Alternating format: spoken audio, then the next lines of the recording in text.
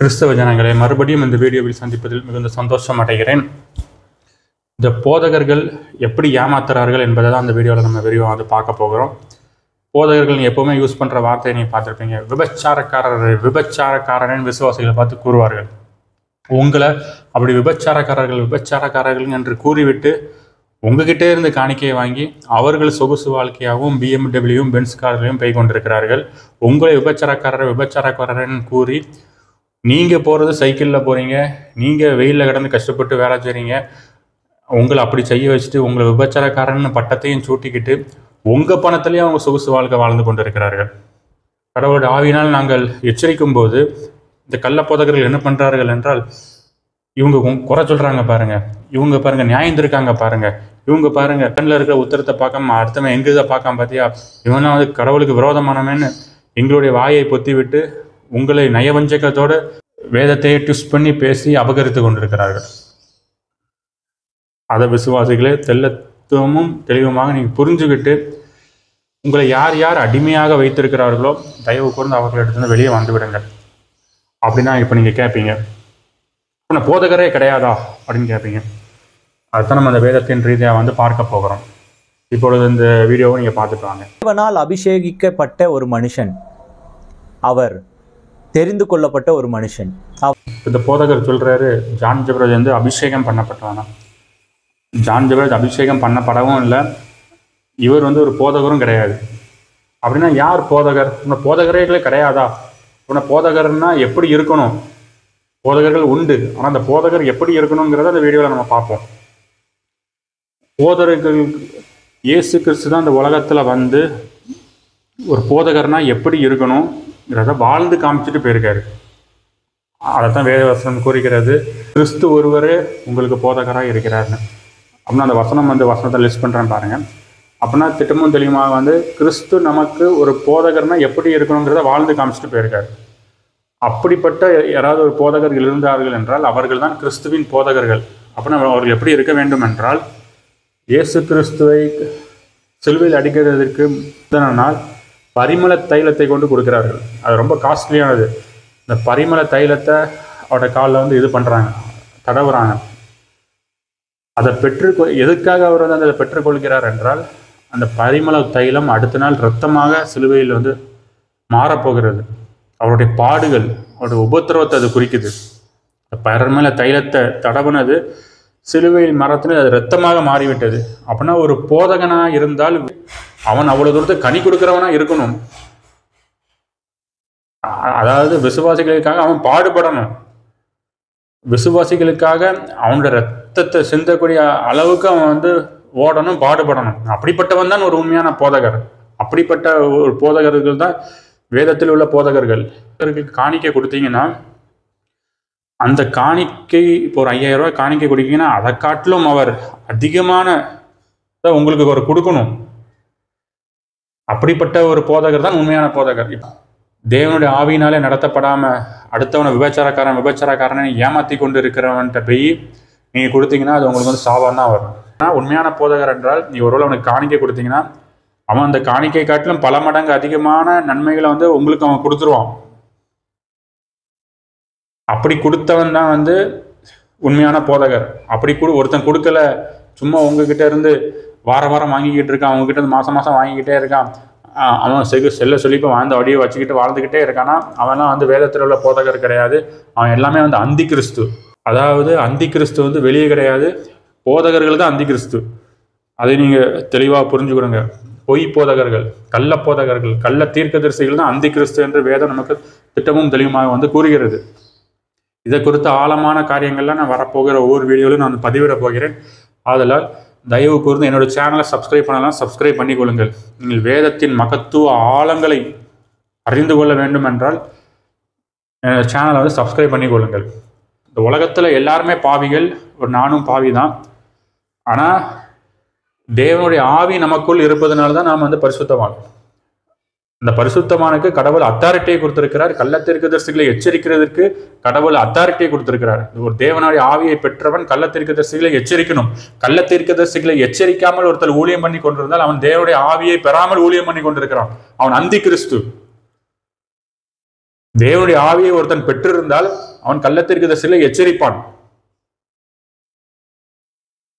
விசுவாசிகளே, அதை நீங்க எடுத்துக்கொள்ளுங்கள். வசனம் ரோமன்ஸ் 8:14. மேலும் எவர்கள் தேவனுடைய ஆவியினாலே நடத்தப்படுகிறார்களோ அவர்கள் தேவனுடைய புத்திரராய் இருக்கிறார்கள்.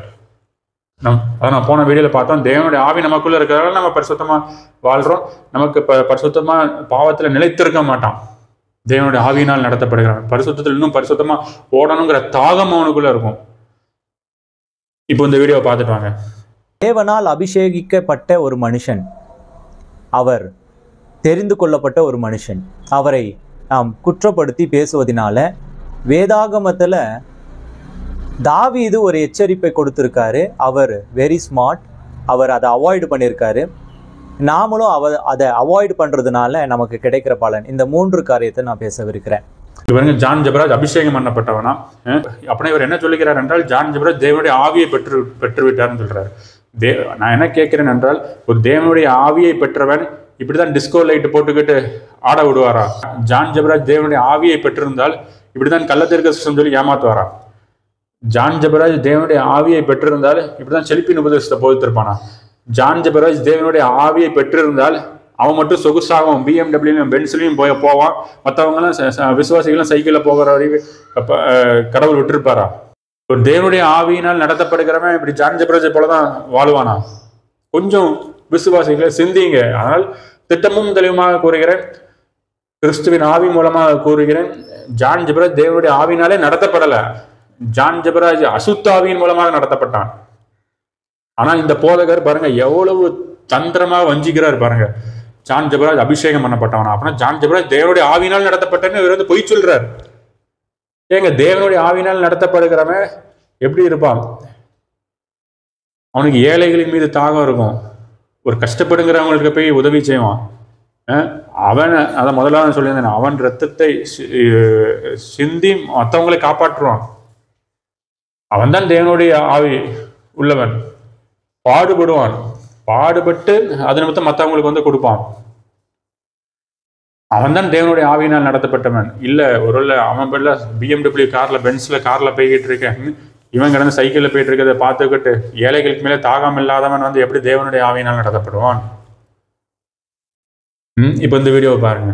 சிறுமிகளுக்கு பாலியல் தொல்லை கொடுத்த வழக்கில் கைதான பிரபல மத போதகர் ஜான் ஜெபராஜ் மீதான வழக்கை கைவிட வலியுறுத்தி ஆர்ப்பாட்டம் நடத்த இருப்பதாக அகில இந்திய கிறிஸ்தவ வாலிபர் முன்னேற்ற இயக்கத்தினர் அறிவித்துள்ளனர். ஜான் ஜெபராஜ் மீது பொய் வழக்கு போடப்பட்டிருப்பதாகவும் இதன் பின்னணியில் அரசியல் தூண்டுதல் இருப்பதாகவும் குற்றம் சாட்டிய அவர்கள் வரும் 25ஆம் தேதி ஜான் ஜெபராஜுக்கு ஆதரவாக போராட்டம் நடத்த அனுமதி கேட்டு காவல் நிலையத்தில் மனு கொடுத்துள்ளனர். ஜான் ஜெபராஜுக்காக இந்த கிறிஸ்தவர்கள் சங்கம் வந்து ஒரு போராட்டம் பண்ணிக்கிட்டு இருக்காங்க. எவ்வளவு துணிகரமா ஏமாத்துறாங்க பாருங்க. எதுக்காக இந்த கிறிஸ்தவ போராட்டம் இவர்கள் பண்ணுகிறார்கள் என்றால், அவன் ஒரு சைட்ல இருந்து ஏமாத்திட்டு இருந்திருக்கான். இப்போ அவன் ஜெயிலுக்கு போயிட்டான், ஒரு திருடன் அகப்பட்டுட்டான். இது இப்போ மற்ற திருடர்கள்லாம் போராட்டம் பண்ணிக்கிட்டு இருக்காங்க. ஏன்னா இந்த திருடன் அகப்பட்டுட்டானா இந்த திருடர்களுக்கு வந்து துட்டு கிடைக்காது இல்லை, பணம் கிடைக்காது இல்லை. அப்புறம் அந்த திருடனை வெளியே கொண்டு வந்தால் தான் இவங்க கொள்ளையடிக்கிற காரியம் வந்து அமோகமாக போகும். அதுக்காக தான் இந்த வந்து போராட்டம் பண்ணி கொண்டு இருக்கிறார்கள். இவர்கள் யாரும் கிறிஸ்தவர்களே முதலாவது கிடையாது. ஏன்னா இப்படிப்பட்டவர்களை விட்டு நீ விலகு என்று இந்த கிறிஸ்துவின் ஆவி உங்களை எச்சரிக்கின்றது. இது விசுவாசிகளே உங்களுக்கான பதிவு தான். ஒவ்வொரு போதகர்களும் இப்பொழுது வந்து கோட் சூட் போட்டுக்கொண்டு அப்படி பெரிய ஜக்கன்னு அப்படி ஜிப்பா அணிந்து கொண்டு அப்படி மேக்கப் போட்டுக்கிட்டு வந்து நிற்பார்கள். ஏன்னா இதெல்லாம் இந்த வேலை வந்து ஈஸியான வேலை. வந்தோமா மைக்கில் நின்னோமா அப்படி பேசிக்கிட்டு போயிட்டேன்னா போதும். உடனே அவங்களுக்கு காணிக்க தசம பாகம். அடுத்தது பார்த்தோன்னா சாப்பாடு, டெய்லி மட்டன் சாப்பாடு தான். இப்படி சொகுசாக வாழ்கிறதுக்காக தான் இவங்க வந்து எல்லாரும் போதகர்களாக வராங்க. மற்றபடி இவங்களுக்கும் வந்து கிறிஸ்துவுக்கும் வந்து ஒரு சம்பந்தமும் கிடையாது. இப்போ ஜான் ஜெபராஜை கொடுத்து பேசிட்டேன்னா அவருக்கு ஆதரவாக பேச நல்லா வியூஸ் போகும், இது போகும். நான் ஒரு தீர்க்கதரிசி, நான் ப்ராஃபட்டு அப்படின்னு அறிவிக்க வேண்டியது. நான் ஒரு ஊழியன், ஆண்டவர் எனக்கு தீர்க்கதரிசி வாரத்தை கொடுத்துருக்கார், ஐ எம் அ ப்ராஃபிட் தான். அப்படின்னு பட்டு அப்படி தலைமலை கை ஜெபம் பண்ண வேண்டியது. அதை வீடியோ எடுத்து அப்படி காமிச்சு நாங்கள் பெரிய போதகர்னு காமிச்சிக்கிட்டு அது நிமித்தம் நிறைய காணிக்கைகள் அப்படி வீட்டில் சொகுசாக இருந்து வாழ்ந்துக்கிட்டு வாங்குறதுக்காக தான் அவங்க வந்து போதகர்களாக வருகிறார்கள். இவர்கள் யாரும் கிறிஸ்துவின் போதகர்கள் கிடையாது. விசுவாசிகளே புரிந்து கொள்ளுங்கள். நான் முதலாவது கூறியிருந்தேன், கிறிஸ்துவின் போதகனாக இருந்தால் அவன் எல்லா பாடுகளையும் இது பண்ணி அந்த பாடுகளை அவன் பெற்றுக்கொண்டு உங்களுக்கு ஆசீர்வாதமாக இருப்பான். அவன் தான் வந்து கிறிஸ்துவின் போதகர். அதில் அப்படிப்பட்ட போதகர்கள் யாரும் இருந்தாங்கன்னா அவங்களுடைய சத்தியத்தை கேட்டு அவங்களுக்கு போய் உதவி செய்யுங்க. அப்படி இல்லையா ஏழை மக்களுக்கு போய் உதவி செய்யுங்க. இல்லை கஷ்டப்படுகின்ற எத்தனையோ ஹாஸ்பிட்டலில் எத்தனையோ நோய்வாய்ப்பட்டு ஜனங்கள் இருக்கிறார்கள், தயவு கூர்ந்து அவங்கள போய் நேரில் விசாரிங்க. அதான் வேத வசனம் கூறுகின்றது. அப்படி போய் நீங்கள் விசுவாசிங்க, நீங்கள் எனக்கே நீங்கள் இது பண்ணுறீங்கன்னு கடவுள் சொல்கிறார். அவங்களுக்கு போய் நீங்கள் உதவி செய்யுங்க. அங்கே அது உங்களுக்கு பயங்கர ஆசீர்வாதமாக இருக்கும். அவங்களுக்கு போய் சத்திய சுவிசேஷத்தை சொல்லுங்கள், போய் அவங்களுக்கு உதவி செய்யுங்க. அதுதான் உங்களுக்கு ஆசீர்வாதம். இப்படிப்பட்ட கள்ள போதகர்களுக்கும் நீங்கள் துட்டு குடிக்கிங்கன்னா அவனுடைய விபச்சாரத்திலையும் அவன் பண்ணுற ஏமாற்றுத்தனத்துக்கும் நீங்கள் பங்கு கொள்கிறீர்கள். அப்படின்னா அவன் என்னென்ன ஏமாற்றுத்தனம்லாம் பண்ணுறானோ அந்த ஏமாற்றுத்தனத்துக்கு நீங்களும் பொறுப்பு. இப்படி ஏமாற்றி கொண்டிருக்கிற இந்த போதகர்களை ஒருத்தரும் கிறிஸ்துவின் தண்டனைக்கு அவளுக்கு சீக்கிரம் வரப்போகிறது.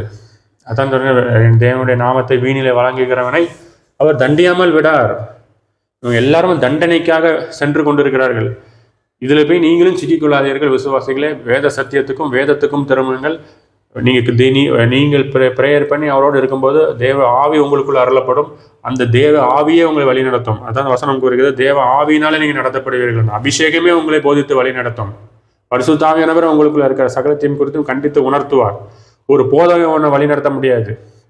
போதகர்களோட வேலை சத்தியத்தை சொல்லணும். எங்களுக்கு கடவுள் என்ன சொல்றது அதை சொல்லணும், அவ்வளோதான். அதுக்கு எங்கள் கூட மட்டும்தான் கடவுள் பேசி கொண்டு இருப்பார் இல்லை, உங்கள் விசுவாசிகளை உங்களோடையும் கடவுள் பேசுவார். ஏன்னா உங்களுக்குள்ளே தேவனுடைய ஆவி இருக்கும்போது அவரே உங்களை வழி நடத்துவார். அதாவது இப்போ விசுவாசி போதகருங்கிற பிரிவே முதல்ல வேதத்தில் கிடையாது. எல்லா விசுவாசியும் தான் போதகர்கள் தான் விசுவாசி. ஆனால் அந்த பிரிவை உண்டு பண்ணி ஒரு விசுவாசிகளை அவர் அடிமையாக வச்சு கொண்டு இருக்கிறதே, இவர்கள் எத்தனை பேரும் ஆக்கினைக்கு நேராக செல்ல போகிறார்கள். அதை விசுவாசிகளே புரிஞ்சு கொள்ளுங்கள். ஆகிய தெளிவாக புரிஞ்சு கொள்ளுங்கள். விசுவாசி போதகருங்கிற வித்தியாசமே கிடையாது. எல்லா விசுவாசியும் தான் போதகர், எல்லா போதகரும் தான் விசுவாசி. இதை உணர்ந்து கொண்டு ஒவ்வொரு விசுவாசிகளும் நீங்கள் தேவனுடைய ஆவியினால் நடந்து கொண்டு நீங்களும் ஊழியத்தை செய்யுங்க. நீங்கள் எழும்புங்க, கேள்வி கேளுங்க. கொடுங்கள் உங்களுக்கு கொடுக்கப்படும்ங்கிறது எல்லாருக்கும் பொருந்தும். இந்த வசனம் இது போதகருக்கும் பொருந்தும், அது விசுவாசிக்கும் பொருந்தும். ஆனால் இந்த போதகர்கள் என்ன பண்ணுறாங்க, இந்த வசனம் எங்களுக்கெல்லாம் அது பொருந்தாது, உங்களுக்கு மட்டும்தான் பொருந்தும், அதனால் கொடுங்க கொடுங்க கொடுங்கன்னு வாங்கிக்கிட்டே இருக்காங்க. நீங்கள் அதே போதகர்கிட்ட போய் ஏதோ ஒரு சின்ன அமௌண்ட்டை கேட்டு பாருங்கள், ஒரு பைசா அவங்க நகட்ட மாட்டாங்க. அதனால் இவர்கள் எல்லாருமே ஒவ்வொரு வசனத்தை வச்சு இவர்கள் போதகர்கள் மாதிரியும் உங்களை ஒரு விசுவாசிகள் மாதிரியும் அடிமையாக வைத்துக்கொண்டு அவர்கள் ஆக்கினையை சம்பாதித்து கொண்டிருக்கிறார்கள். அவர்களுடைய ஆக்கினைக்கு நேராக நீங்கள் சென்று விடாதீர்கள், அவர்களை விட்டு விலகி விடுங்க.